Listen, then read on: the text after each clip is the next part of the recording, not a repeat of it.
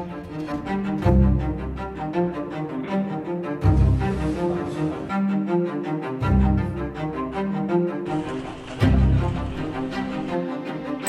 semuanya, Assalamualaikum warahmatullahi wabarakatuh. Terima kasih yang udah klik video ini dan selamat datang kembali di channel aku. Oke, untuk video kali ini aku akan ngebawain kasus yang baru beberapa minggu ini terjadi, di mana kasus ini menimpa salah satu mahasiswa Universitas Indonesia. Buat kalian yang mau tahu kronologi lengkapnya, langsung aja kita masuk ke ceritanya. Dari awal aku infokan ya bahwa tidak terlalu banyak latar belakang yang bisa aku sampaikan tentang tersangka ataupun korban pada kasus ini, karena lagi-lagi kasus ini baru terjadi beberapa minggu yang lalu. Dan aku juga mau kasih tahu bahwa apa yang aku sampaikan sekarang itu merupakan informasi yang memang sudah beredar di berita dan media yang ada sekarang gitu loh. Jadi aku hanya bantu menyampaikan buat kalian yang males baca mungkin terus belum tahu lengkapnya, jadi aku ceritain aja gitu loh. Jadi tersangka pada kasus ini bernama Alta Fasalia Aranika Basya, berusia 23 tahun, di mana dia merupakan mahasiswa senior di Universitas Indonesia Fakultas Sastra Rusia. Mulai sekarang kita panggilnya cukup Altaf aja ya, biar lebih ringkas nyampein ceritanya gitu loh. Sementara korban berinisial MNZ berusia 19 tahun dan merupakan juniornya Altaf di Fakultas Sastra Rusia di Universitas Indonesia juga. Terus kita masuk ke kronologi penemuan jasad dari korban MNZ ya. Semua ini berawal dari ditemukannya sesosok jasad di bawah kolong tempat tidur salah satu kosan di Jakarta pada tanggal 4 Agustus 2023. Jadi semua ini awalnya tuh kayak gini. MNZ ini baru pulang lagi ke Jakarta setelah dia pulang kampung nih beberapa hari yang lalu sebelum kejadian gitu kan. Nah, orang tua dari MNZ ini merasa khawatir karena anaknya dari rentan tanggal 2 Agustus sampai 4 Agustus itu tidak bisa dihubungi sama sekali. Mereka curiga karena mereka sadar betul anaknya bukan tipe orang yang hilang-hilangan kayak gitu loh. MNZ ini merupakan seorang anak yang selalu memberikan kabar kepada orang tuanya setiap harinya, selalu menelpon, selalu mengabari semua aktivitas yang dia lakukan sehari-hari ke orang tuanya. Loh, kok ini tiba-tiba 2 hari anak aku menghilang gitu kan. Akhirnya karena udah khawatir banget, udah 2 hari anaknya tidak ada kabar, orang tua MNZ pun mengutus paman MNZ yang saat itu tinggal di Cempaka Putih untuk mengecek ke kosan MNZ langsung. Karena saking khawatirnya, terus mungkin feeling orang tua terutama ibu sangat kuat takut terjadi apa-apa sama anaknya gitu kan. Dan bener aja, paman MNZ pun pada tanggal 4 Agustus itu langsung meluncur ke kosan dari keponakannya yaitu MNZ. Ketika pamannya udah sampai ke kosannya MNZ, pamannya ngetok-ngetok dong pintunya kan, tok tok tok tok, diketok gitu kan pintunya. Kok nggak ada yang bukain, terus pamannya ngedenger juga kok kayak nggak ada suara apa-apa di dalam, sepi banget gitu kan kata pamannya. Diketok lagi, dicoba lagi, diketok lagi. Akhirnya karena pamannya panik, pamannya takut nih terjadi apa-apa sama MNZ, pamannya pun memutuskan untuk langsung masuk ke kamarnya gitu kan, mau langsung masuk, tapi sayangnya kamarnya MNZ itu dalam keadaan terkunci. Karena udah khawatir banget, pamannya pun langsung lari ke bawah menemui penjaga kosan dan mengatakan bahwa dia ingin meminjam kunci dan ditemani juga untuk mengecek kamar MNZ keponakannya yang sudah menghilang selama 2 harian itu. Akhirnya penjaga kosan pun memberi izin dan membantu paman MNZ untuk mengecek kamar dari keponakannya itu, ya kan? Sudah digedor-gedor berulang kali, tetap tidak ada jawaban dan tidak ada respon. Akhirnya paman dibantu dengan penjaga kosan mendobrak pintu kamar MNZ, dan ketika mereka masuk ke dalam kamar MNZ, mereka menemukan kamar itu sudah dalam kondisi yang sangat-sangat berantakan. Mereka melihat kapur barus berada di mana-mana di dalam kamar MNZ itu. Karena merasa curiga dan janggal dengan kondisi kamar yang sangat tidak apa ya, MNZ gak mungkin nih kamarnya berantakan kayak gini, apalagi ini kapur barus ngapain banyak banget di sini gitu kan. Akhirnya paman dan penjaga kosan mencari sesuatu yang mungkin saja bisa menjawab kecurigaan dan kekhawatiran mereka. Ketika mereka sedang mencari-cari apa yang salah, apa yang janggal, dan apa yang terjadi, mereka menemukan satu kantong plastik hitam besar, kantong sampah yang kayak gini, di bawah kolong tempat tidur MNZ pada saat itu. Karena penasaran, ditariklah kantong plastik hitam besar itu keluar kolong, dibuka, dicek, dan betapa kagetnya mereka bahwa ternyata yang berada di dalam kantong hitam besar itu adalah jasad dari keponakannya, yaitu MNZ.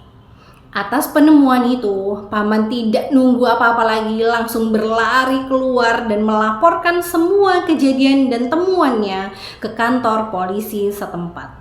Sang paman langsung melaporkan kejadian itu tadi ke Polsek Beji dan Polres Metro Depok, dan untungnya para polisi di sana dengan gercep langsung datang ke tempat kejadian perkara.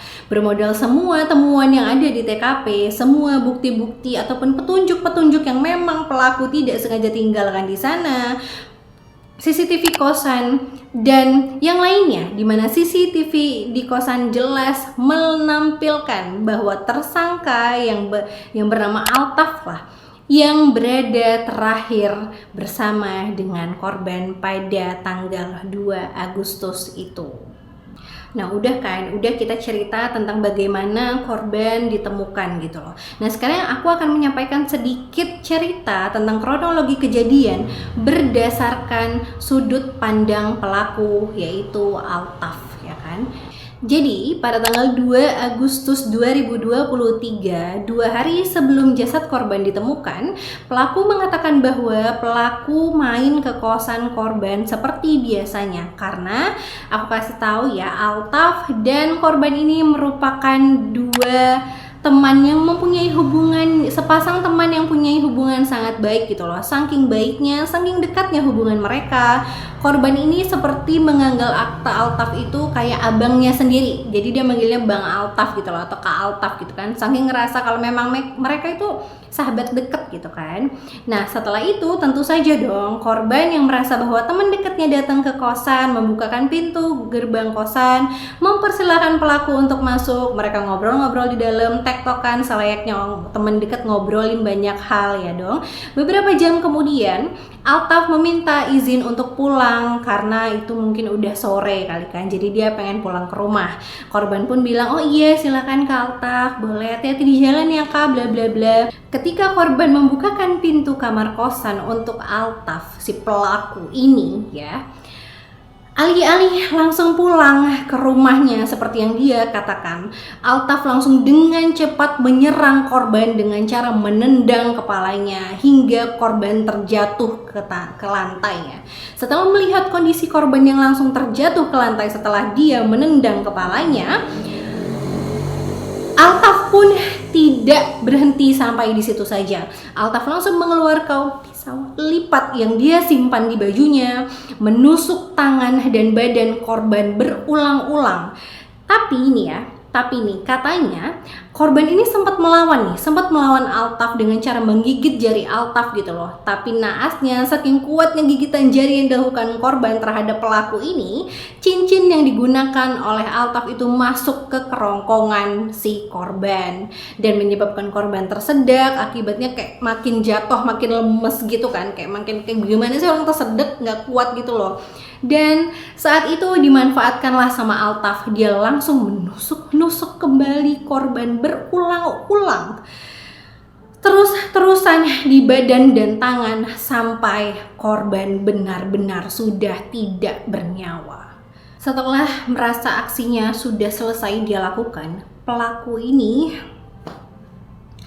langsung mengambil kantong hitam yang mungkin udah dia siapkan ya, memasukkan korban ke dalamnya dan menyimpan kantong plastik hitam itu di bawah kolong tempat tidur korban.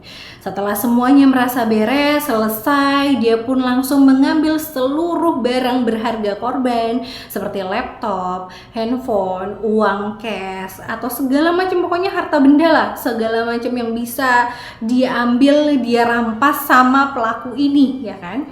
Terus setelah semua yang dilakukan, dia pun kabur dari sana dan meninggalkan kapur barus mungkin supaya bau dari jasad korban yang berhari-hari itu tidak cepat tercium oleh orang-orang sekitar kosan.